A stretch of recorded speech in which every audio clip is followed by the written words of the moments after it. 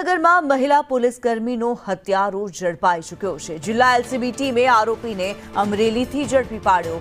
જિલ્લા એસપી રવિ તેજા વાસમ શેટ્ટીનું નિવેદન સામે આવી રહ્યું છે। લગ્ન ન કરવા બાબતે માથાકૂટ થતાં હત્યા કર્યાનો ખુલાસો થયો છે।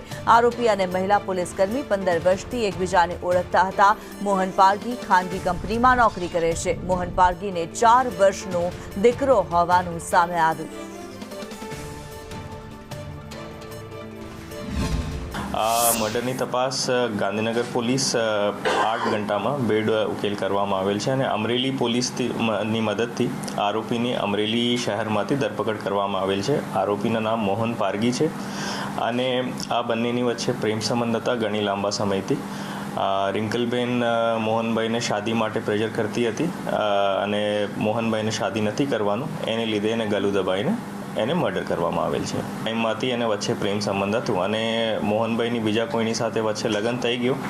તેમ છતાં એના રિલેશન કન્ટિન્યુ હતા અને રિંકલબેન એને પ્રેશર કરતી હતી કે શાદી કરવા માટે। તો એને મોહનભાઈને શાદી નથી કરવાનું એને લીધે કાલે એ અમરેલીથી આવ્યા, પરમ દિવસે આવ્યા અને રાતે એને ઘર ઉપર ગયા અને મર્ડર કરીને અમરેલી પાછા નીકળી ગયા।